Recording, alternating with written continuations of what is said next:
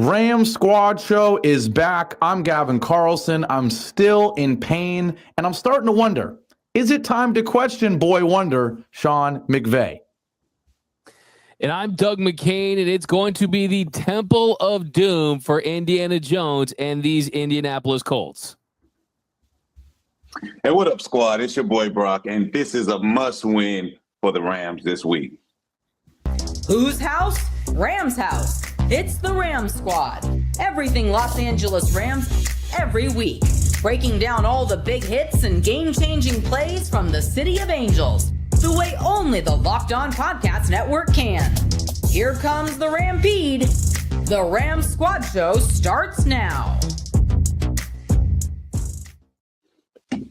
Yes, it does. Whose house? Rams house. Who squad? Rams squad. The mob squad. We are back. Oh, and it still hurts. I don't know about you guys. It still hurts. It was a heck of a squad show on Sunday, but it was a painful squad show on Sunday as the Rams, of course, are coming off that heartbreaking choke job, as many are calling it, against the Eagles. But we're back. We're here to preview another week. We're going to turn things around, and I'm hoping we're going to win. Before we start today's show, got to mention it is brought to you by PrizePicks. Download the PrizePicks app today and use code LOCKEDONNFL to get $50 in lineups after your first $5 play. We've got the Mob Squad. We've got Big Brock. We've got D-Mac. We're all hurting. We're all struggling, but it's time to move forward. And right when I say that, no, it's not time to move forward. We need to talk a little bit more about this game because I know it's Thursday morning now for those watching and listening right away. And I don't know about you guys. You tell me. I'm still struggling, man. I still cannot get over the fact that that Cardi party, as D-Mac was calling it, did not happen. Big Brock, as a former player, you were coming in here on Sunday saying, hey, we got the 24-hour rule. We're going to struggle a little bit, then we're going to move on. Be honest, as a fan now, and take me inside the locker room, there's still some people on that roster that are still struggling after Sunday, right? Oh, for sure, definitely. If I was, Bo Limmer or whoever, was that allowed those guys to run through his face twice, not once, but twice to block kicks, I would be feeling some type of way, a little bit later into the week. But, like I said, we can't allow this game to beat us twice. But, yeah, as a fan, as an analyst, I can still be a little hurt about allowing 2 blocks. If it wasn't for the fact that there were 3 blocks Sunday in the fourth quarter to either win games or tie games, I might have felt a little worse. But the fact that it happened to us twice in the game, I'm still dealing with that. Yeah, the NFL was on a crazy that last hour of that morning slate was just ridiculous, and yet we managed to be the A block, right? The number one headline at the top of the list there. I know that D-Mac and I laughed.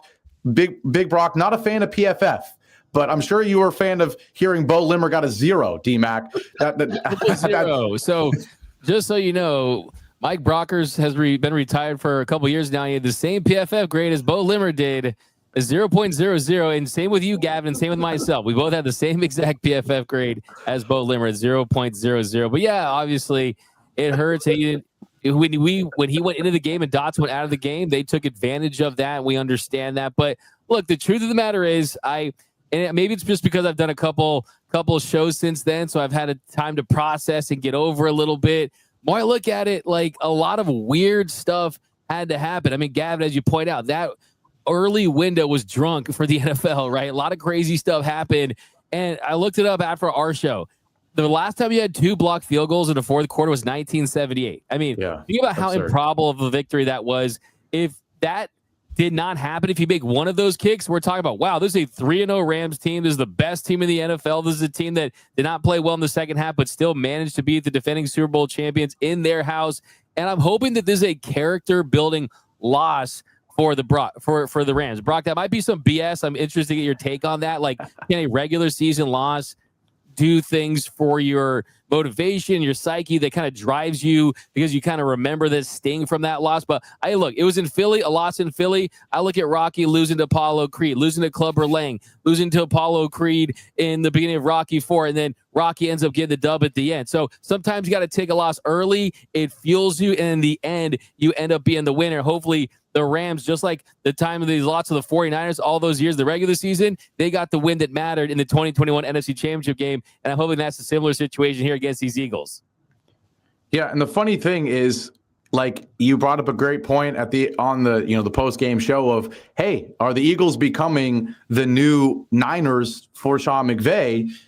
It reminds me of last season where you lose those games to the Eagles, but you want to tell yourself, like, hey, like, it's almost good you lose to this team in the regular season. It means you're going to beat them in the playoffs, right? That's what you want to tell yourself. Oh, it's really hard to beat a great team multiple times. I always think one of the best examples, I remember the Saints used to run all over Tom Brady and the Bucs, right? And then they meet in the playoffs.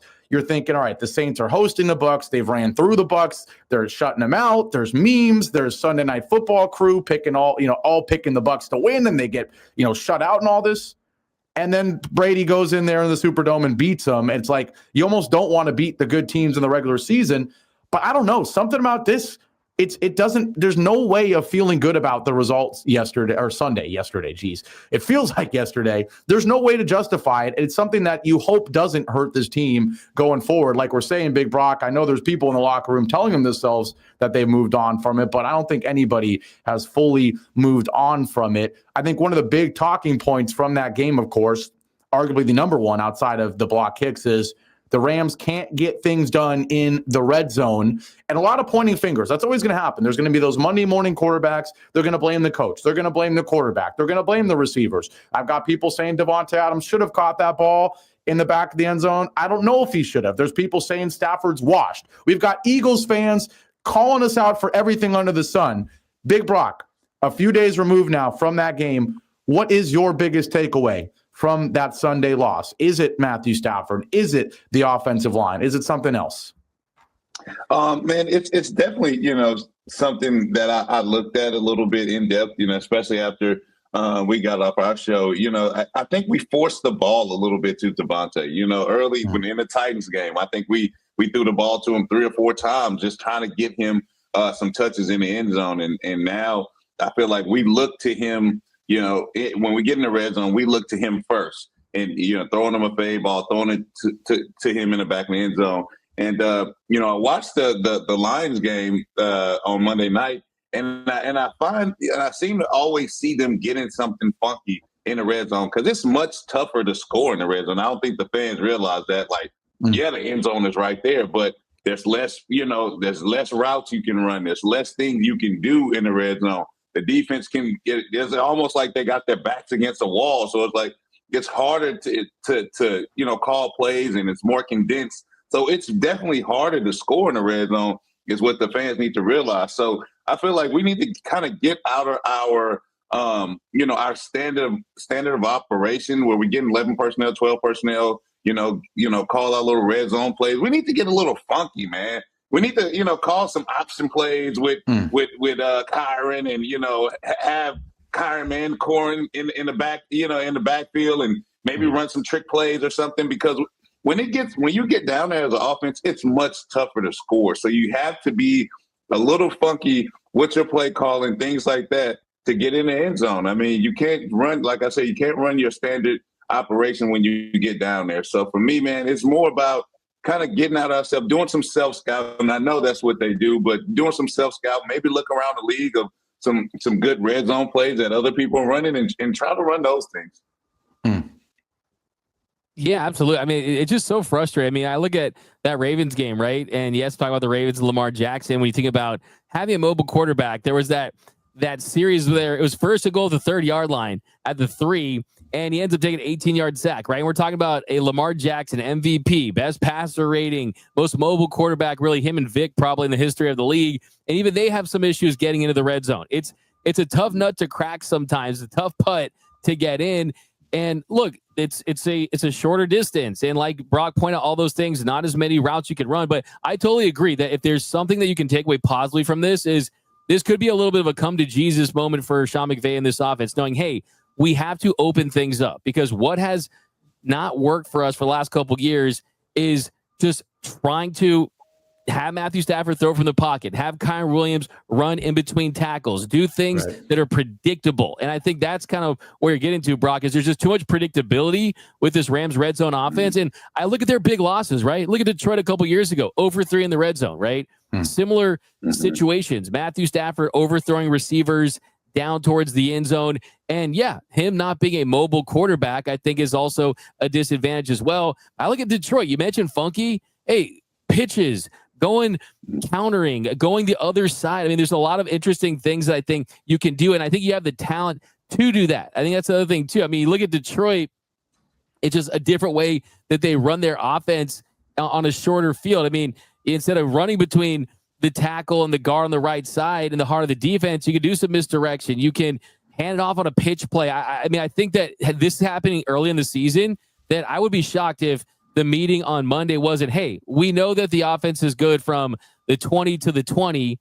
We know everything in between that is fine, but how can we capitalize? Because if they score in the red zone, this is a blowout. Imagine that.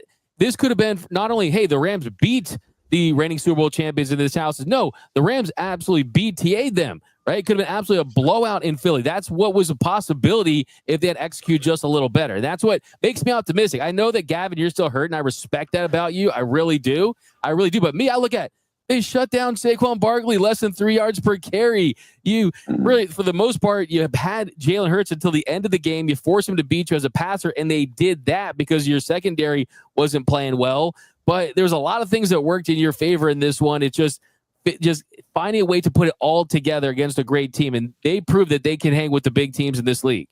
Yeah, I mean, a couple of things. I think the reason it hurts so much is because of all the things you just said. If you got simply outplayed by a team that is a Super Bowl reigning champ at home, you say, hey, that's what's expected, right? I picked the Rams to lose this game at the beginning of the season. I picked them to lose it coming into the game.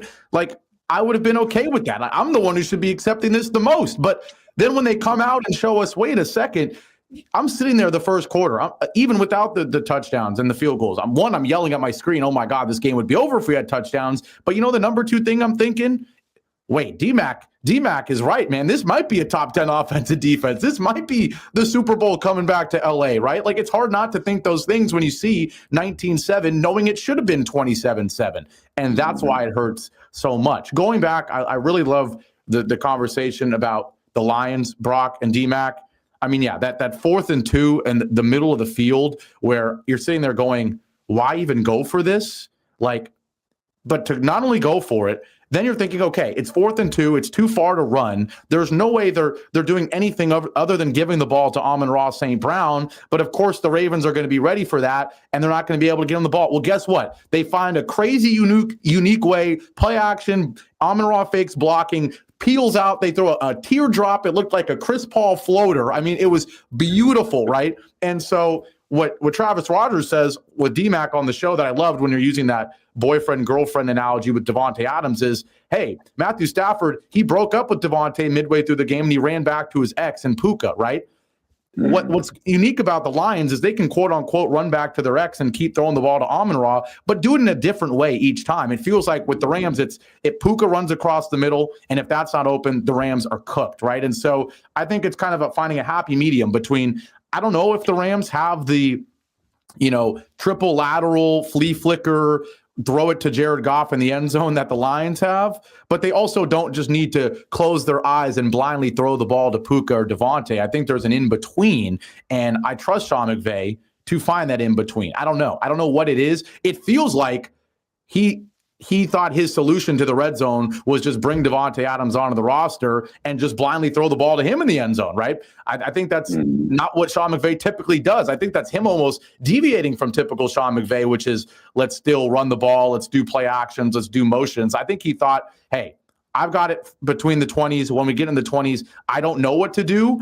Like D-Mac said on his show, I might need a red zone coordinator, but my red zone coordinator, my solution is just going to be to blindly throw the ball to Devontae, and it's not good enough. He's still got to be more creative than that. I think he can be more creative than that. What say you?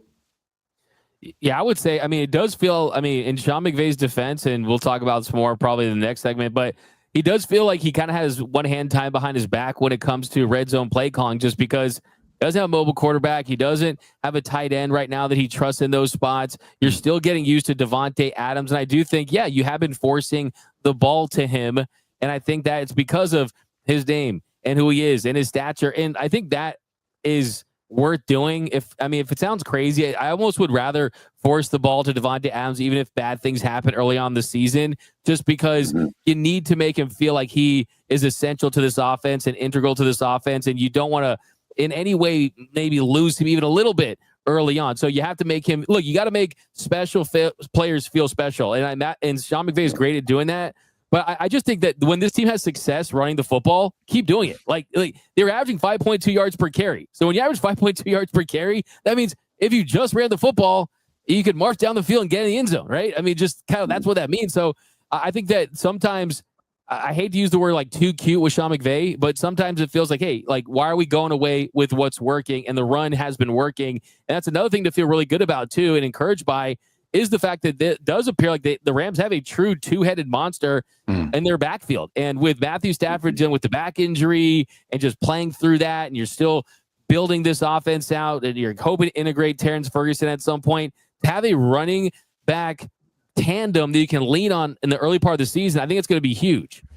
Yeah, absolutely. And I think, when we go, into the second segment after the break here, it's a big combination question of what does the red zone play calling look like? Is Stafford okay? How are the Rams going to get over number 3, not having a true number 3? Is it the running back, right? It all goes together. And obviously the offense between the 20s, you feel pretty good about it. And yet we sit here with all these question marks at almost every level.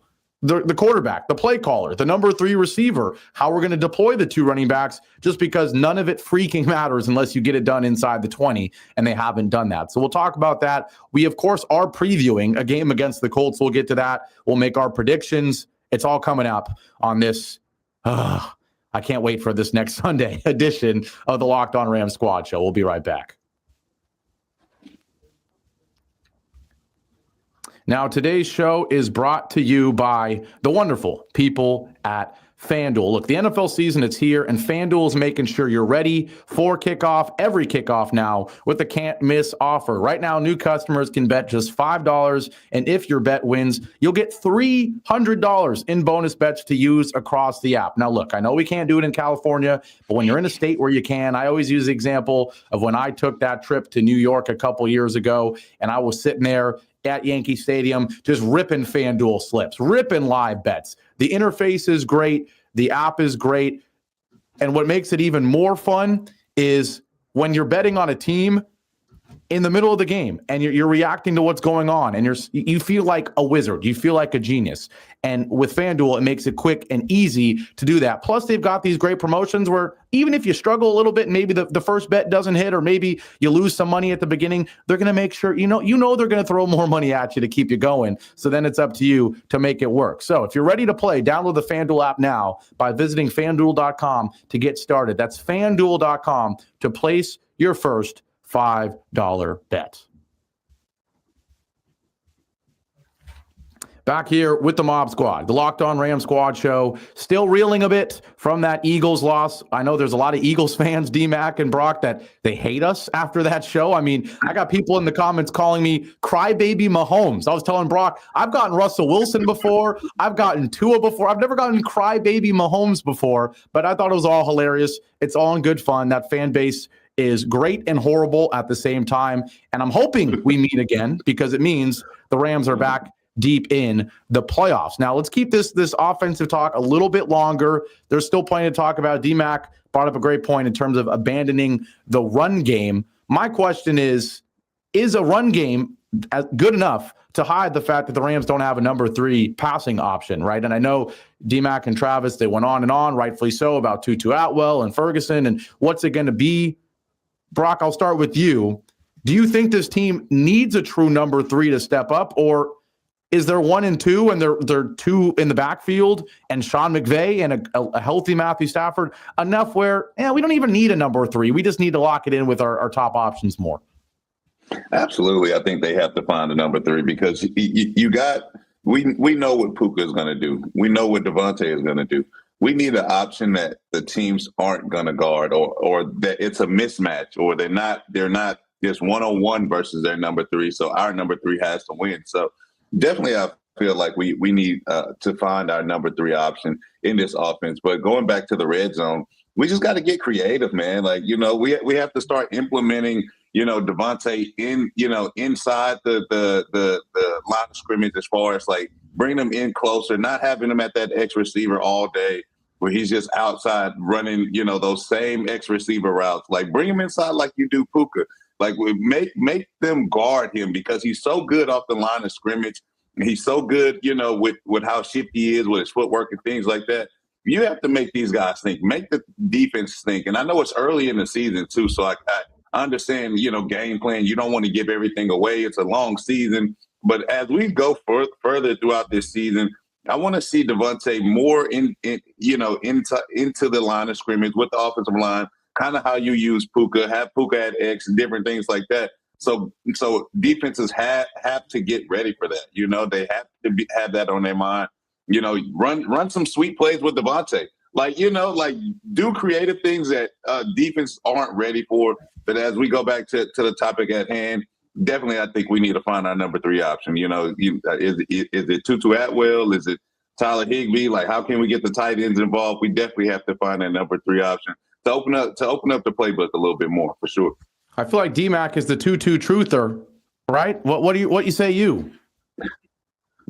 On Monday morning, I went to Fidelity on Monday morning, and I sold my 2-2 stock, man. I have to admit, I sold that 2-2 stock just a little bit. Like, I can still buy it back, you know what I'm saying? But I kind of had to sell. But no, the truth is, look, it's no slight on 2-2 Owl. It really isn't. But look, the truth is if he demanded more opportunities, I think he would get them. I think that if things were different in practice, is if there was, when he did those, he got one pass thrown his way, he didn't make the catch, right? I mean, like, it's not anything against this guy. I mean, I think that he's an NFL player. I'm not saying that he's a bust. It's not a great situation when the guy that you could have took is Creed Humphreys, and that would have solidified your center position for a decade. I think that kind of makes things worse. And then you bring him back for $10 million. My question is, why did you bring someone back if you're not going to use him, right? I mean, they're leaving. I mean, he's fast, right? That Ferrari's in the garage catching dust. It's collecting dust out there. They're not utilizing him. But I do think that part of the reason is he's not really that prototypical Rams receiver, right? A guy that's known for his blocking and being big and just being physical and doing some of the little things. With Tutu, it's about, okay, can you cause a pass interference? Can you try to stretch the field and go deep? And then now with Davante Adams in the fold, he's that guy that's running streaks, and you're seeing less of that from Puka Nacua. So, I mean, I think there's a lot of things in play here. You have to have some patience for Davante Adams, because the truth is, they said it all off season that he was a big solution to some of the efficiency issues, to some of the red zone issues for this Rams team. And we saw what Sammy Watkins and Odell Beckham Jr., guys like that, did when they arrived and how they were a big solution. And the truth is, with Davante Adams so far, I mean, he's got to be more efficient. I mean, he has 12 catches on 28 targets, 46.4%. I mean, 4 catches on 11 contested catches. That's 36.4%. So the truth is, even though those flashes have been there, this is not the efficient Davante Adams that I think he's going to be as the season progresses. So you got to be patient there, allow for a third receiver to develop a little bit, and then hope that at some point they accelerate the process and bring in Terrence Ferguson. But I agree. I mean, you have to just open things up, be a little more dynamic, because that makes things easier on the defense when you get predictable. It's like, oh, if it's a zone, we're going to let Puka find soft zones. If it's man, you're going to go to Davante Adams. If I'm a defense, that's kind of probably what they're looking at, right, Brock, as far as their attack plan? Run the football, and then Puka and Davante Adams. Man, Davante and zone for Puka, and then just trying to neutralize that as best they can. Yeah, what confuses me about the whole Tutu thing is you're exactly right. He doesn't fit the prototypical Rams receiver. I think Jordan Whittington fits that way more of, he is a physical guy, but he can also get an end around if you need to get creative with that. He can catch a screen and be physical after the catch, right, and try to get some rack. But then at the same time, you look at how this roster was built. I'm flashing all the way back to the first couple squad shows we're watching preseason, and you've got Tutu Atwell clones almost. Xavier Smith, right? He's 5'9", 175, and I know Tutu Atwell's listed at like 5'9", 165. Konate Mumfield, I know he's a little bit taller, he's 6'1", but he's still, 185 soaking wet, right? These are like speed demon guys. It feels like McVay is like trying so hard to find that Tyreek Hill. If there was just one on the roster and it didn't work, that'd be one thing. But it feels like he's got like 3 or 4, and it's like he's experimenting. He wants it to be a part of the offense, but he doesn't believe in it enough. He doesn't believe in any of those guys enough. And so what you have is a bunch of tutus, one that happens to make $10 million for no reason, and it feels like he doesn't trust any of them or the position, the play style enough to use it. I mean, you tell me, D-Mac, you know this roster better than anyone. Why in the world does it feel like he's trying to find a tutu, and yet we see Xavier Smith catch a deep ball in the preseason. We see Konate Mumfield get hyped up all training camp as similar types of guys. And yet when we actually go out on Sundays in the regular season, nobody of that build, of that small, quick Tyreek Hill build are being used. I think it's a couple of things. I mean, one, this is the guy that you drafted. I mean, you hear people kind of talk about this. Sometimes that's a Les Snead pick. That's a Sean McVay pick, right? And from what a lot of people say, that was a Sean McVay pick for Tutu Atwell, and you guys know how it is, man. It's like when we make a pick on this show, right? We want that pick to go out right so we can flex the next episode, right? So we can take a victory lap. I mean, it's got to be the same thing for Sean McVay, and they saw something in this guy, and they feel like, okay, at some point he's going to realize that potential. You also can't teach speed. That's another thing. And then I think on top of everything else, it does feel like, look, Puka's been injured throughout his career at times. Devontae Adams a little on the older side for a receiver. Is he an insurance policy? Because when those guys have been out, whether it be Cooper Kupp the year before and Puka Nacua, Tutu Atwell, when he's been given the opportunities, he has been solid at times. It's not like this guy's been a complete bust, right? It's not like he's not Anthony Bennett, right? Or anything like that, who's just been a complete non-factor for as a straight up bust. He just hasn't led to those opportunities. And I think if you're the Rams for Tutu Atwell, you just look at this and say to yourself, hey, we are trying to look at anything as a positive that he can bring. But the truth is, Jordan Whittington has already started over him. He already has started over him. And the thing is, he got one target. And I look at him as this year's Van Jefferson. He's Van Jefferson from this year, where, hey, Van Jefferson's in the mix. They say all these great things in the preseason, and this is going to be his year and all that stuff.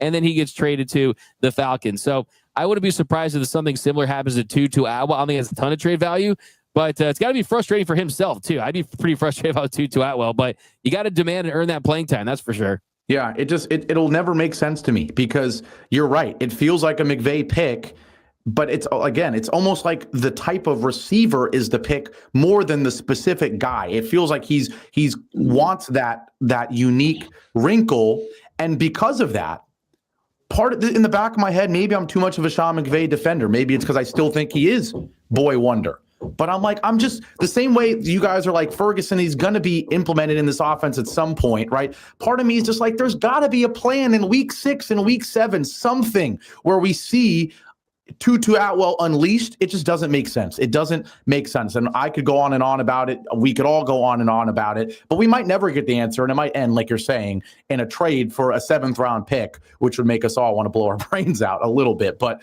one other thing I do want to talk with you guys about a little bit more, Brock, this number 3 thing. In my opinion, I don't think we need a number 3. It's fun, as I just wasted 10 minutes debating Tutu. I don't think we need a number 3. I'll be honest. Like, tell me why, the Rams were this close to being up 27-7 with no number 3 against the Eagles. Like, the 2 is not a mid 2, bro. We're talking about Devontae and Puka, and like you the point you made on why we need a number 3, it's almost why we don't. Devontae can be the slot guy. He can be the outside guy. So can Puka, right? Why do we need a number 3? We just need more diversity between the 1 and 2 and where they're played, right? No, I'm with you. But I feel like because we put these guys in a box, and like I said, we put Devontae at X at number 1, outside the numbers, close to the numbers, and Puka is our gadget guy where he can come inside, he can block, he can get off, use those same entrance when he goes into the C gap, and he can run over routes and he come back and do things like that. I feel like like you said, we can use them in both ways, but they don't want to do. I don't know if Devontae isn't willing to do that or they don't want to use him in that way, but I don't see them using him that way. I don't, just because he is a prototypical number one. That's why I say we have to have a number 3 guy, on our team, tight end, somebody else, because they're not worried about the number 3. You're focusing on Puka. You're focused on Devontae. This number 3 guy might be one-on-one versus somebody, and he has to win. So if that's the case, then we have to bet on our guy to win in that situation. So for me, man, it is finding that number 3. If it's Terrence Ferguson, he gets, upgraded, gets on the field, you split him out wide because he can, play that position, that type of tight end. You don't expect him to really block because we have a couple of blocking tight ends. So, man, put him out wide, let him go one-on-one versus somebody and make a play. See, that's it right there. It's not they need a third wide receiver. They need a third option to keep defenses honest because there's going to be so much focused attention on those top dogs, and rightfully so. I mean, look at the Eagles, right? The team they just played, it was A.J. Brown, Devontae Smith. Who's the Eagles' third receiver? Jahan Dotson? Aeneas Smith, right? I mean, that's not. No one's talking about those guys. I mean, you look at the Lions. Tim Patrick. Who's talking about Tim Patrick on a show today, right? No one, right? I mean, the truth of the matter is if it's the day after the Super Bowl and the Rams lose, which I don't think they will, I think they'll win. But if they did, we're not going to be like, man, it was because Tutu Atwell didn't do this or that. They didn't have a third receiver. It's not going to be that. So I think that he's an easy target. It's a low hanging fruit. Everyone loves to pile on and bully him. If he was like 6'5", I don't think we'd be talking this much crap about Tutu Atwell, right? Like, let's be honest. Come on, I'm 5'4". 5'9" is still Wemby next to me, so it's not crazy. That. Trust me. Crazy. We need a picture of Gavin Carlson and Mike Brockers side by side. Bro, it'll probably be crazy. Oh man, I love Big Brock. I don't want that photo. Okay, just for my own pride, I don't want that photo. But no, you're right. You're right. I mean, it's almost like, again, you just said it like that, and that's kind of my thought process. That's why I thought the Rams and Eagles are so similar. They don't got a number 3. They don't need one. And it's not that they alternate who is their number 3. They just flat out don't have a number 3. Like, they don't. Dallas Goedert maybe makes a catch or two, but they all their targets are going A.J. Brown and Devontae. It works just fine. I think I have such a blind faith in Sean McVay. Sean McVay has such a blind faith in himself that he's like, I don't need to worry about getting a third receiver involved. I am so good at being an offensive mind, and I have 2 receivers that are so good. I am confident I can get them the ball without needing to complicate things with the number 3. And I agree with him, and I think it might be our downfall. It might be my downfall making this prediction or defending him. And it might be his downfall as offensive coordinator / head coach of the Rams. If we go to week 7, we go to week 8, and he's abandoning the run game, and there's still no number 3, and it's still just goal line fades to Devontae. It might click, it might be unstoppable, or it might be the reason the Rams are not winning games in the postseason. We're going to take our break, but when we come back, we have so much more to freaking talk about. We haven't even said the word Colts other than D-Mac's amazing Indiana Jones pun at the beginning. So we'll talk about the Colts. Do the Rams need a number 3 to beat the Colts? Heck no, at least not in my opinion, but they do need to slow down a 3-0 Indianapolis team. So we'll talk about that after our break here on the Mob Squad, the Locked On Rams Squad show. Now, today's show is also brought to you by Gametime. Look, we all know it. The NFL season is back. There is absolutely nothing better than being in the stadium, surrounded by fans, cheering on your team. I'm already planning for my trip down from SF to LA to be at SoFi for a game. But let's be honest. It's not the flight. It's not getting there. It's getting the tickets that can be a hassle between queues, login screens, and prices jumping at checkout. It is frustrating, but that's why I use Gametime, the app that gives the advantage back to fans. Gametime is fast. It's easy, and it's backed by the Gametime guarantee. You'll always get 100% authentic tickets delivered on time and at the best price. Plus, all fees are included. So the price you see is the price you pay. Look, I pull up Gametime like on the way to a game, and just a couple taps, I already see amazing deals. I'm talking your favorite NFL games for as low as $100, and you don't need to spend hours looking for it. Why? Because the app makes things super simple. It filters out the fluff. There's zone deals that only show you the best seats in every section. So download the Gametime app, Create an account and use code LOCKEDONNFL for $20 off your first purchase. Terms apply. Again, that's promo code LOCKEDONNFL for $20 off. Swipe, tap, ticket, go. Download Gametime today. Mob Squad is back on the Locked On Rams Squad show, all a part of the Locked On Podcast Network, where it's your team every day. We've got Big Brock, who would tower over me if we ever did take a photo together. I'll make sure that does not happen. But we are previewing now this Colts game. I felt like we've done enough talk about this darn Eagles game. We have to move on. If we don't move on, the players better move on at least. And we can, quiet the pain of this weekend if we handle business. The problem, like we were talking about before the show, D-Mac, you're coming into the season saying, hey, even if the Rams lose to the Eagles, hey, at least they have an easy game when they host the surely not good Indianapolis Colts. Well, guess what? The previews mean nothing. The Colts are 3-0. There's people arguing if they're the best team in the AFC, which, oh God, no. But what say you, D-Mac? Is this Colts team really good? Are they the Saints of last year that are going to fall off after a couple weeks? Or are the people that are comparing them to last year's Vikings actually correct in that this is a team you didn't expect to be good?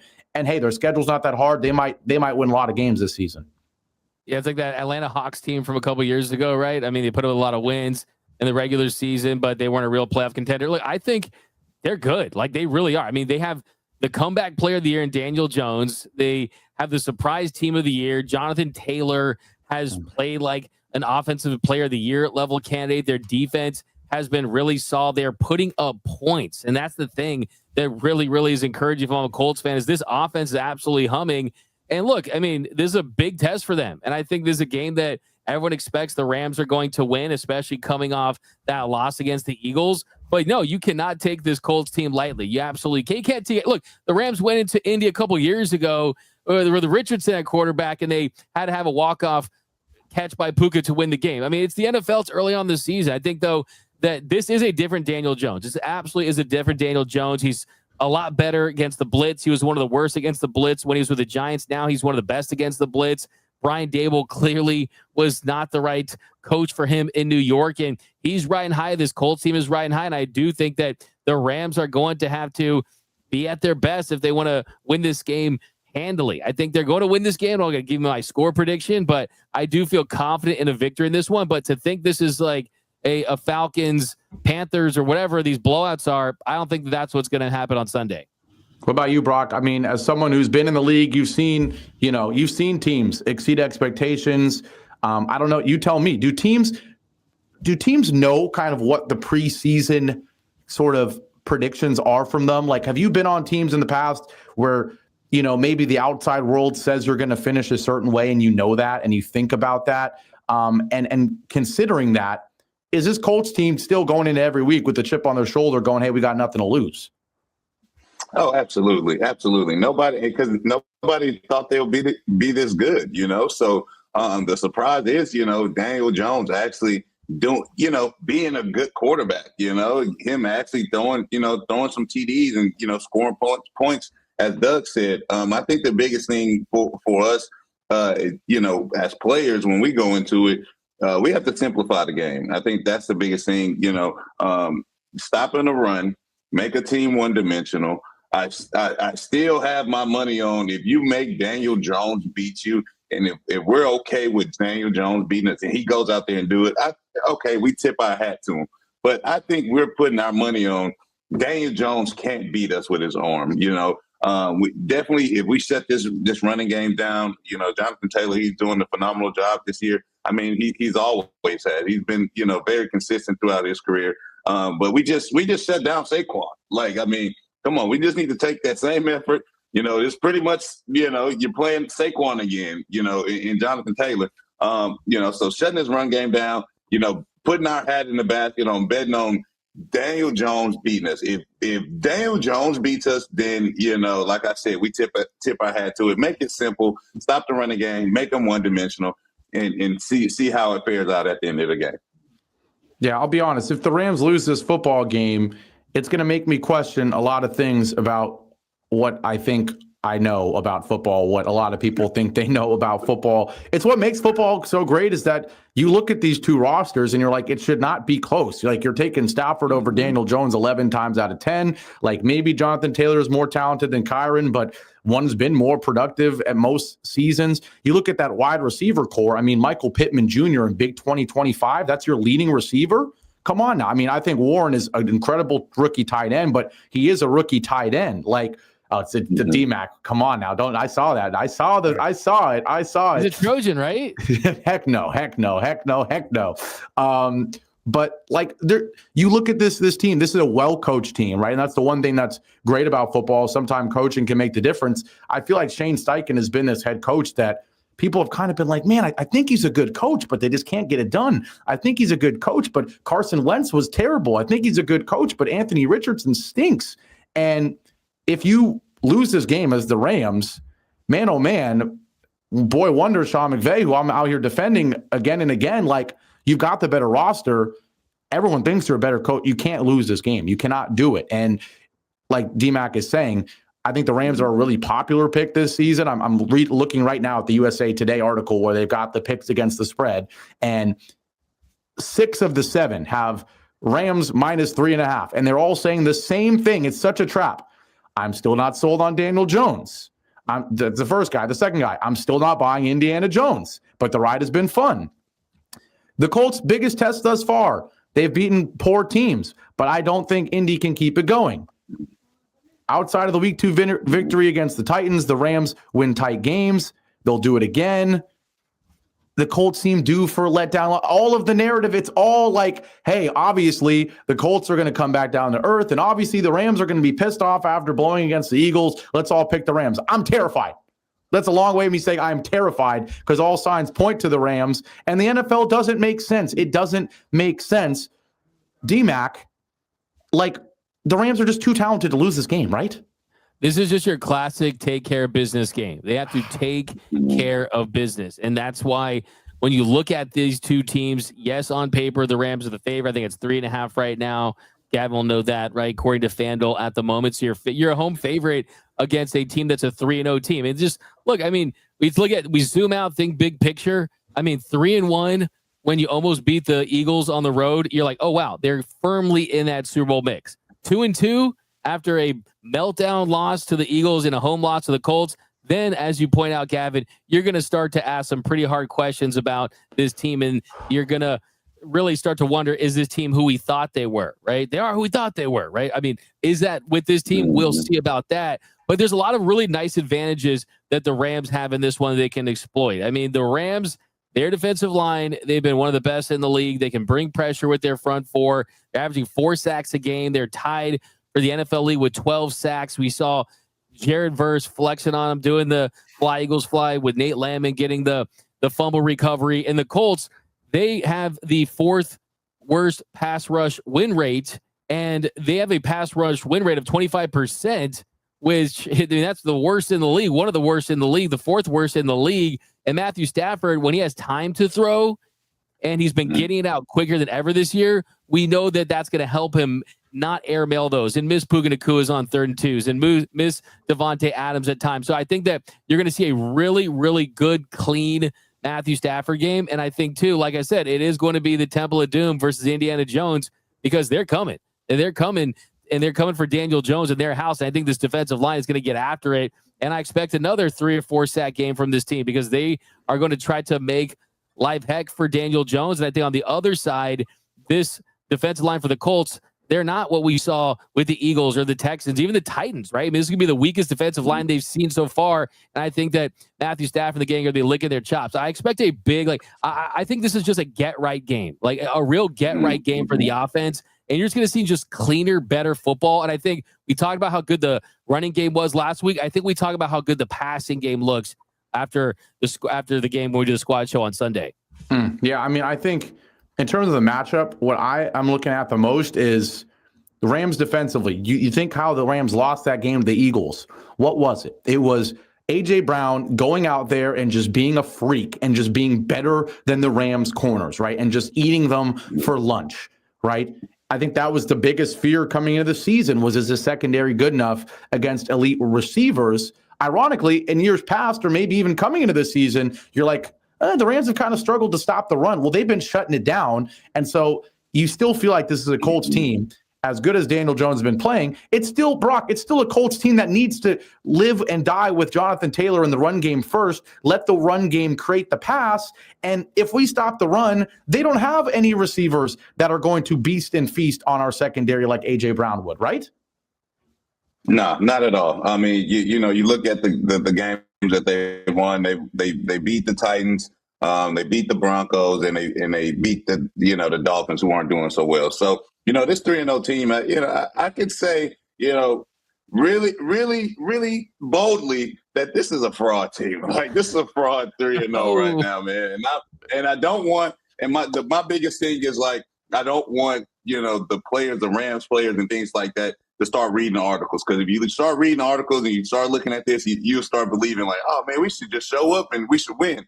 No, forget about that. Focus on the task at hand. Like, what do we need to do to win this game? And that's stopping this run game and making Daniel Jones beat us with his arm. Make him, switch up the coverages, make him guess and things like that when it comes to coverages, and make him beat us with his arm. And I don't think he can do that. I think he needs to lean on that running game a lot when it comes to, this team winning. And if we can shut that running game down and make them one-dimensional, man, I see us winning this game very, very handily, like my man Doug said.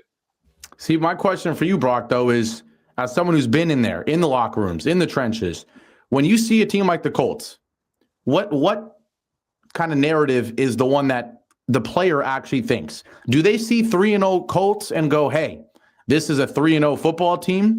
Or do you, as a player who knows the other players in the league, go, man, I know Daniel Jones ain't that nice. Man, I know that they beat the Dolphins, the Broncos, and the Titans. Man, I'm not that scared. Like, what narrative wins in a locker room? Because us from the outside, we overanalyze. We go, hey, they beat 3 fraud teams. 3-0 isn't that great. Daniel Jones in the past wasn't that great. But from the player perspective, from the man FPFF, right, as you've done, man, screw all the preseason predictions. I'm looking at the team on the field, and I see 3-0. What is it? What do you think is the mindset in that Rams locker room? Is it this a 3-0 team?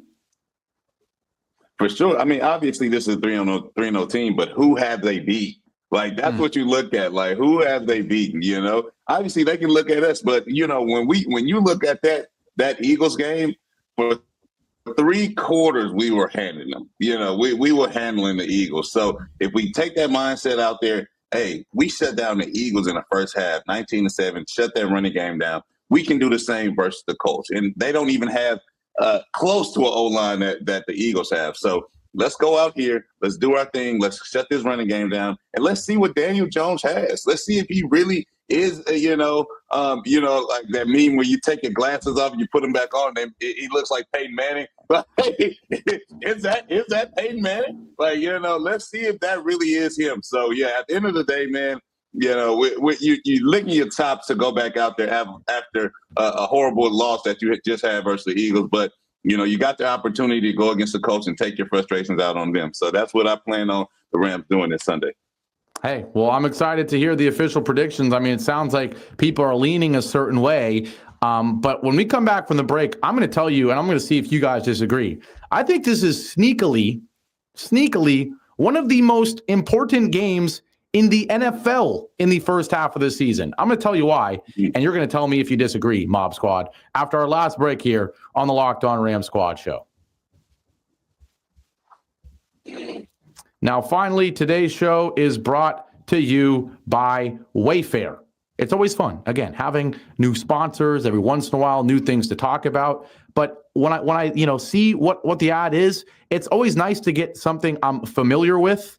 And that's the case with, the other sponsors I brought up on this show. And it's no different with Wayfair. If you haven't heard about it, I don't know what you're doing. When you think game day, you might not think Wayfair. And even myself, someone familiar with it, maybe I haven't in the past, but you should, because it's the best kept secret for incredible and affordable game day finds. It has everything you need to get your space ready for the season, whether you're tailgating outdoors or cheering from your living room. Now, I just recently moved. I was in an apartment. I was selling things on Wayfair. I'm about to be moving into a new apartment next week. And guess what I'm going to be doing? I'm going to be using Wayfair, because if you need a grill, a cooler, a recliner, all the things to make that man cave, that game day setup, that's the place to do. And what I love most is the selection. Wayfair has unique finds and options for every budget, so I can show off my team spirit without overspending. Delivery is fast, free, and hassle-free, which is a lifesaver when you need something, especially if you're doing it last minute in time for kickoff. From outdoor essentials like folding chairs and patio heaters to indoor must-haves like TV stands and serveware, Wayfair has it all in one place. So it's your trusted destination. Wayfair is for all things game day, from coolers and grills to recliners and slow cookers. Shop, save, and score today at wayfair.com. That's WAYFAIR.com. Wayfair, every style, every home. Back here on the Locked On Rams Squad Show, we're previewing Rams Colts this Sunday at SoFi Stadium after we finally have moved on from last Sunday at Lincoln Financial. I teased it coming into the segment, but I truly believe it. I think this is kind of quietly one of the more important games you're going to see that you might not think it is, right? Obviously, everyone goes into Rams-Eagles and they think that's a massive game. I don't think people are looking at Rams-Colts and thinking it's that big of a game, but let me tell you why. The Rams are 2-1. They play the Colts this week. And if the Rams lose this football game, they've got San Francisco, probably with Brock Purdy back. I don't think Kittle back, but still, Brock Purdy back, Jawan Johnson probably healthy, right? That's a scary freaking game. And then you go to Baltimore. You might be staring, if you lose this game, you might be staring at a 4-game losing streak. I really hate to say that, but there is a chance. And sure, you get Jacksonville and the Saints after that, but just mentally, it's really hard to come back from a 4-game losing streak. You look at the flip side for the Colts, and it's a question that's being asked. Again, is this the Saints of last year, or is this the Vikings? Well, guess what? If the if the Colts beat the Rams, they move to 4-0. Then they've got Vegas, who they'll be expected to beat. Then they've got the Cardinals, who, D-Mac, I still think they're a fraud. We're talking about the Colts being 6-0, setting up a showdown against the Chargers. And if they get through that, they've got Tennessee, Pittsburgh, Atlanta. I feel like those are kind of cakewalks too. So I feel like this game can really influence the NFL a lot. From a Rams perspective, though, D-Mac, how tragic would it be to fall to 2-2 knowing what you've got ahead? Oh, you're absolutely right. This game has serious ramifications. I mean, no pun this intended. is a team that is playing in a tough division. Everyone's 2-1 or 3-0 in the NFC West. So you got the Niners, I sold all. I went the same time I went to Fidelity to sell my 2-2 stock. I sold my Arizona Cardinals stock. Okay, I know after just 3 games, I'm out on them. I don't believe in Kyler. Marvin Harrison Jr. is dropping easy passes over the middle. James Conner is out, so I'll edit those out of those episodes after this for sure. But having said that, absolutely. I mean, it would absolutely change the tone and tenor of this season if you were to drop this game at home. It's a very significant game. Brock said off the top, is a must-win game. I mean, some people say that, and they're like, oh, it's only a must-win when it's an elimination game and a playoff game when it's game 7. Like, no. Like, there's must-win games throughout the season. And this is certainly one that if they lose, you look at that schedule, then you're going to have to do what the Rams have done for the last couple seasons. And that is fight their way back and scratch and claw. And sure, are they capable of it? Absolutely. But I think you'll have to pay the bill for that when the playoff comes around and you're not as fresh. You're not as well seated as you hope to be, right? So all this is important. You have to put as much money in the bank as possible early on. And that's why, look, this is a crazy, this team is weird. Like this Colts team, they punted once in 3 games. I mean, there's the least amount of punts since 1940. They haven't turned the ball over. Like what is this Colts team? And right, hopefully that this is this is Cinderella turning into a pumpkin on Sunday, and the Colts are the pumpkin, and they're just back to life and back down to earth. The Rams need to put these guys and make them feel like they're back down to earth. And the Rams, I think if I'm the Colts, I don't want to play this. I want an angry, mean, nasty, mad Rams win on Sunday because of what happened last Sunday. And I think the Colts, they're going to be a victim of that. We'll get right to it then. We'll start with the predictions. Friendly reminder, and I don't want to toot my own horn here. You hear how upset I am about Sunday, but there's only one guy in this mob squad that is 3-0 in terms of predicting the Rams results. That is myself. I'm just putting that out there. Big Brock, I don't want no smoke. Again, if I was standing next to you, you would cook me. So I don't want no smoke. I'm just saying. although all three of us were wrong in terms of the spread because I had the Rams winning or losing by 3. They should have lost by 1. They would have covered. And we all know if you bet on that game, if that field goal doesn't get blocked, you're begging me to take you to Vegas. Okay. You're begging. You're saying, yo, what are tomorrow's lottery numbers? You're begging me. And now you're out here flexing when you picked against our beloved Rams. How dare you? Yeah, you're right. You're right. I mean, that's got to be the craziest bad beat of all time because it goes from the Rams winning the football game to the Rams not winning the football game to the Rams not covering when it's impossible to not cover because it's run all the way back. It's absolutely absurd. But I have to get that out there. I'm 3-0 in the predictions. They're 2-1. Call me whatever you want in the comments. I'm already getting called every name you can think of. Now, we'll start with Brock. Rams favored by 3.5 at home. Do you have them winning? And just because I'm the betting nerd, do you have them covering the 3.5? Oh, for sure, for sure. I think this is a game that, like I said at the beginning of the show, must-win game. But this is a good Colts team. I think they do get in the end zone a couple of times. So, but I'm saying that we are going to beat them by 14 points. So if that's the case, then this game is 28-14. Rams win, go home, feeling good about themselves. Having to go into Baltimore next. So yeah. They're hosting San Francisco next. Hosting San Francisco, then got Baltimore. Yeah. Yes, sir. Yes, sir. D-Mac, do you agree? I agree. I think they're going to cover. I got a 30 banger by the Rams. I think it's going to be Matthew Stafford's best game of the season. Like I said, he is going. Like the Rams have been one of the worst at protecting their quarterback, but they're also going up against a defensive line that does not get home very often, does not bring and get a lot of pressure. So I think you look at the Rams offense. I think it's going to be a big day for Puka Nacua. They run a lot of zone. He's going to find those soft spots in the zone. Also, they don't have a great second quarterback. They don't have a great second cornerback. And I think that Sean McVay is going to get Puka away from Charvarius Ward as much as possible and find some big plays. So I'm thinking 30-17. 30-17. Cinderella turns into a pumpkin. Indiana Jones in the Temple of Doom. Okay. And that big ball in Indiana Jones, right? That's going to be the Jared Verse and Byron Young and Kobe Turner and Braden Fisk and all those guys. Going to be that big ball going. And he's going to squish Daniel Jones and he's going to look like Giants Daniel Jones. Look, if you watch, it's 56 and you're either a day one or straight up hater that's looking for stuff to clip up to hate us on. So I'm going to start saying the wildest stuff like once you hit the 55-minute mark. So there you go, Colts fans. See you on Sunday after the game in the comments. I love it. I love it. Well, you see me here, freaking out. I can't unsee that crying Patrick Mahomes thing, bro. Now, is that me? Is that me? Like I said, I've gotten Russell Wilson plenty. I've gotten Tua plenty. I've never gotten Patrick Mahomes. I think the Eagles just hate his guts, which I guess is fair. But this one's tough. This one is tough. I have this narrative now of being the Rams doubter. We know what happened last week. D-Mac's sitting there rolling his eyes like, is this guy going to try to pull one out of his hat again? But you guys are killing me here, always picking the Rams to win by freaking 15, 20 points, guys. Like I was going to come in here and be like, oh, I'm bold.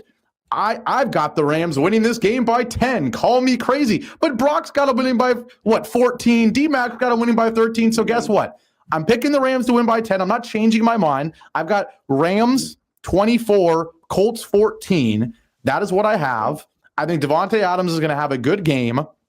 That is my prediction. But guess what we have created now? We have created a scenario. It's all those memes that you see when they show the Sunday Night Football picks panel. They show the Monday Night Football picks panel. Yes. They've all got the same team. And then they start the freaking clown music. And they're going to clown us. They're going to do it. So Rams, as if there wasn't already enough pressure because you've got the Niners and Ravens after this. You've now got your 3 most loyal fans, the Mob Squad here, all picking you to win by double digits. You better do it or else it's going to be a problem. But I think they're going to. I think if they get off to a good start like they did last week, the same thing I said about the game script with the Eagles that was almost proven right, it'll be proven right. The Colts can't come from behind. They haven't had to do it yet. And so you get ahead and this game gets out of hand. Give me the Rams by 10. Whose house? Rams house. Gosh, I need it so bad. I need it so freaking bad. Any last words from either of you as we go into this Sunday at SoFi? I would say that doing these post-game shows, I mean, you thought they were mad last week losing to the Eagles. If they lose to the Colts, you guys better be ready for like a 3-hour post-game squad show because it's going to get dark if that's the case. So Rams, win for us, okay? Forget about the contracts, the money, the legacy, all the accolades. Win so we don't have to get tortured by Rams fans in the comments that are upset about a loss. So let's get a dub on Sunday. Yeah, that's when I knew they were pissed is when, I got cut out from the connection and D-Mac made a joke of how I disappeared like the Rams did in the second half. And Brock just did the normal human thing, which is to laugh at that because it was a funny joke from D-Mac as it typically is. And there's people in the comment section going, Brock, what's so dang funny? We just lost the game. I love it though, right? They take this stuff. Hey, man, we got to love the fans, baby. They are locked in. Hey, baby. and I feel them, right? It truly, you walk into work on Monday, right? And I have to mention, by the way, the guy who sits next to me, I'm in San Francisco. I'm in California, and yet he's an Eagles fan. Like, what are we doing? What are we doing, right? And so I walk in on Monday, and he's clowning me.